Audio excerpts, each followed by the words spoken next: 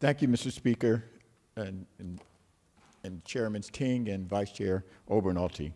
I also want to thank Governor Newsom for his continued work in providing relief for Californians throughout this pandemic, especially by establishing a fund for undocumented individuals. However, low-income individuals throughout California, including in my district, were already vulnerable to health and economic disparities before COVID-19 and will face more hardships as we recover from this crisis. As a member of the Los Angeles County delegation, our priorities are health, education, housing, and homelessness. They were both my district's priorities and they're also the delegation's priorities even before COVID-19 and have been exacerbated by the pandemic. However, by this disease and the economy, it's become more crucial as a result of the pandemic. It is even more important that we do something now. And that is why I'm going to propose a South Los Angeles economic recovery plan, a kind of stimulus package to make sure that South Los Angeles, which is one of the poorest districts in California, does not fall through the cracks. A very, very easy way, a very large crack that has been exacerbated by this pandemic. And what I would be proposing is health care funding for clinics. In South Los Angeles, we don't have hospitals. We have like 99.99% of the health care is provided by clinics. So we should return $1.2 billion in Prop 56 funds. Increase stimulus for undocumented workers. $125 million would double the $500 already released. Undo prohibition on Cal EITC for EITN filers. $65 million to support 600,000 Californians. Funding for community banks to provide emergency bridge for loans to small businesses in disadvantaged communities.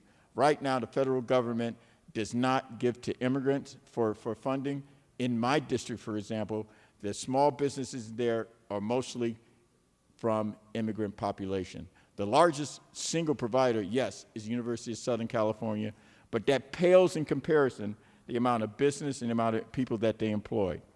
Next, LAUSD. I have the most LAUSD schools in the district and the second most charter schools in the district. I'm asking to reject the special education equalization formula, boost school funding, include career technical education funding partnerships with community colleges and workforce development. As my colleagues have mentioned before, we have to start creating jobs that are sustainable and long-lasting and are career-oriented. And then finally, looking at new sources of income coming into the capital. I'm not talking about taxes. I'm not talking about putting a burden on one person. I'm talking about looking into 30 seconds. What we can do now, like amnesty for fines and fees that are in the court system. They have $1.2 billion in fines and fees. If we just had an amnesty program where we could get $100 million back, that would be great. Draw down on the maximum federal funds, FEMA.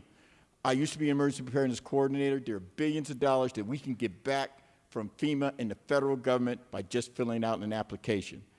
FEMA has money for disasters like this that we can get reimbursed in the billions, and we're not activating that as much as we can. And then finally, working with departments to not only minimize cuts, but have them partner with us. So if they do find a way they can come up with revenue without increasing fees and fines and taxes, we should not penalize them by cutting their budgets. We should incentivize them, make sure the budgets stay the same, and maybe give them 10% of what they find. Otherwise, it doesn't make any sense for them to do it, because what the practice is once they raise money or lower their ability to do things, we cut them down even more so in the budget. And so we need to have more revenue enhancements that do not affect the general fund and do not affect the way we tax people.